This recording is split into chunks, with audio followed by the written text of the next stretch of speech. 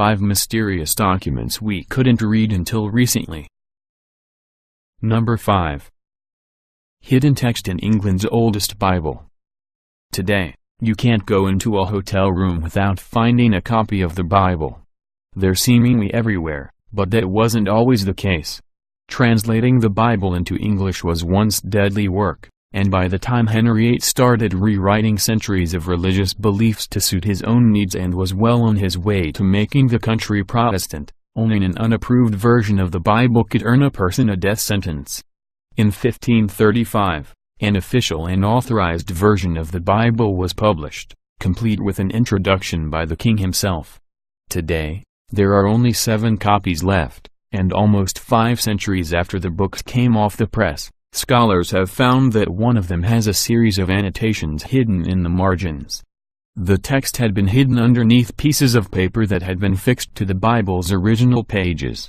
Since there was no way to remove the paper without destroying the Bible, historians turned to the Queen Mary University of London School of Dentistry to help them take long-exposure photos of the hidden text. Those photos were then run through a computer program that would drop out all of the text that had been printed and leave behind only the handwritten words. Some of the handwritten notes turned out to be instructions as to which parts of the Bible were to be read on which days of the year, and which verses were associated with which occasion. Written in English, the notes were based on information written in Thomas Cromwell's later Great Bible, and it seems to be an attempt to bring older Latin ceremonies in line with new orders from the monarchy that said religious ceremonies now needed to be conducted in English. The discovery of the text is helping to rewrite the history of the Reformation, showing just what a gradual process it really was. Interestingly, not all of the notes were of a religious nature, as there was also a promissory note from James Elias Cutpurse. The Londoner promised to pay William Cheffine of Calais 20 shillings for purposes unknown. When researchers sought to find historical information on Cutpurse, they found that he had been hanged in 1552 in Tyburn. Number 4. Thomas Jefferson's original Declaration of Independence. Thomas Jefferson is an incredibly complicated figure, and it is a shame that all we are really taught about him in school is that he was a revolutionary instrumental in the founding of America. We all know that he wrote the Declaration of Independence, but it wasn't until recently that the Library of Congress Preservation Research and Testing Division did a hyperspectral imaging scan on Jefferson's rough draft of the document. They found one change in particular that they think likely marks the moment when Jefferson realized just what it was that they were doing in their denial of British rule. The scan revealed that a phrase that would ultimately become fellow citizens was originally written as fellow subjects. It is a small change in the physical sense, but it was a monumental one in regards to the mindset of the men who were on the cusp of declaring the American colonies free from British rule. As he was condemning the actions of the British monarch that the colonies had considered an ultimate authority since their founding, he was also, in that moment, making it clear that they were no longer going to be subjected to the rule of any other nation. Jefferson scholars have long suspected the change, but it wasn't until the development of technology that allows us to look at the words beneath the document that we know the moment when Jefferson turned Americans from subjects under one government into citizens of a new nation. Number 3. Rituals of the Great Enlightened Society of Oculists. Secret societies have helped shape the world in countless ways, and throughout the centuries many have relied on coded documents to keep their secrets safe. It took modern historians 250 years to crack the code of the Great Enlightened Society of Oculists. Deciphering the previously uncrackable code started with linguist Christiane Schaeffer and colleague Wolfgang Hauck. When Schaeffer started a job with Uppsala University in 1998, Hauck presented her with the going-away gift of a series of 100 pages of a handwritten cipher. It wasn't until 2011 that Schaeffer attended a lecture on machine translation and remembered the manuscript that'd been sitting on her shelf for more than a decade. University of Southern California scholar Kevin Knight was given a copy of the text, and they set about translating the cryptic document, which was written with a combination of mathematical symbols, Roman letters, and seemingly random symbols. After realizing that the familiar letters were actually acting as spaces and the message was coded in the other symbols, they started deciphering what turned out to be a secret text for Germany's great enlightened society of oculists. The oculists were formed in the middle of the 18th century, and their symbolism revolved around the eye as representation of human knowledge. Based in the German town of Wolfenbüttel, part of their society was the exploration of early ophthalmology. They performed eye surgery and some of the first cataract removals, but even with the first reading the text seemed to indicate that the medical aspect of the society was just a front.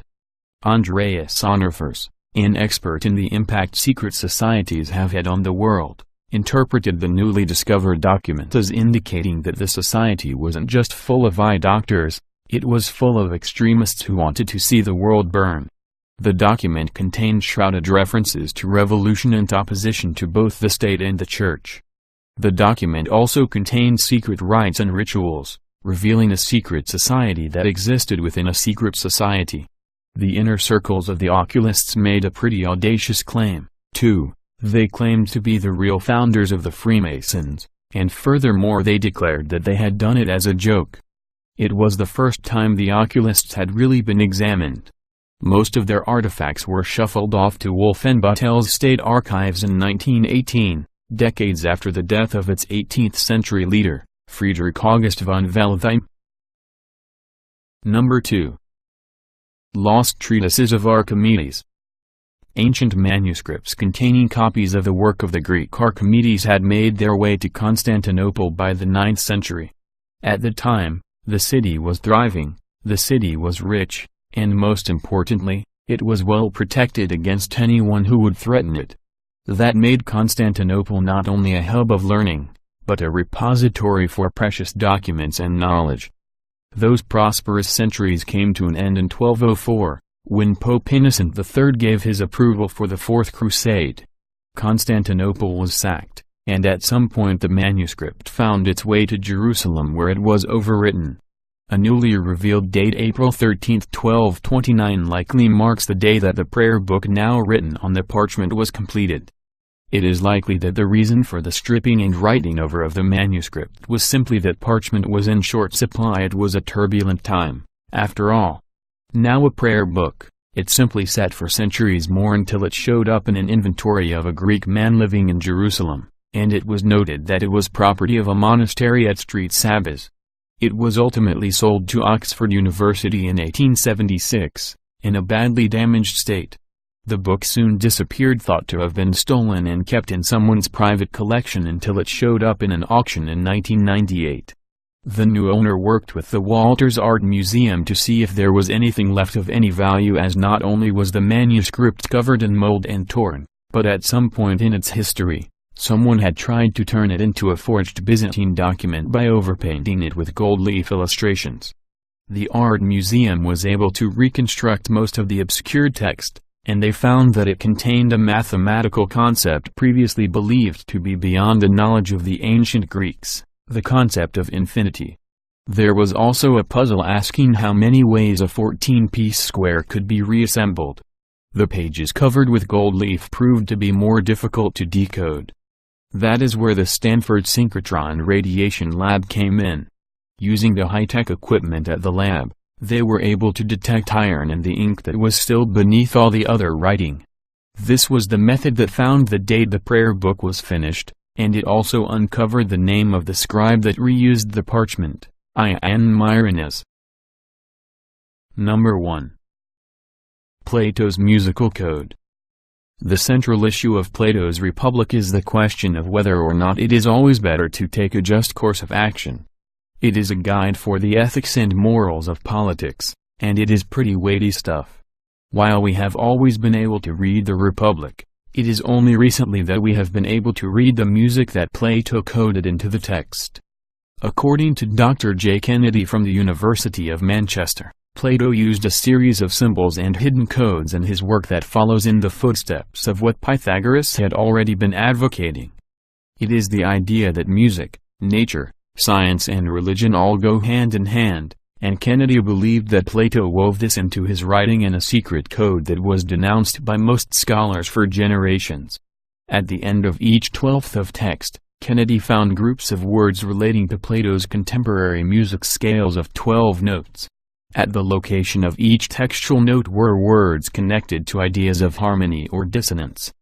Plato was teaching something incredibly dangerous, and that was the idea that the universe was governed not by the gods but by scientific and mathematical principles.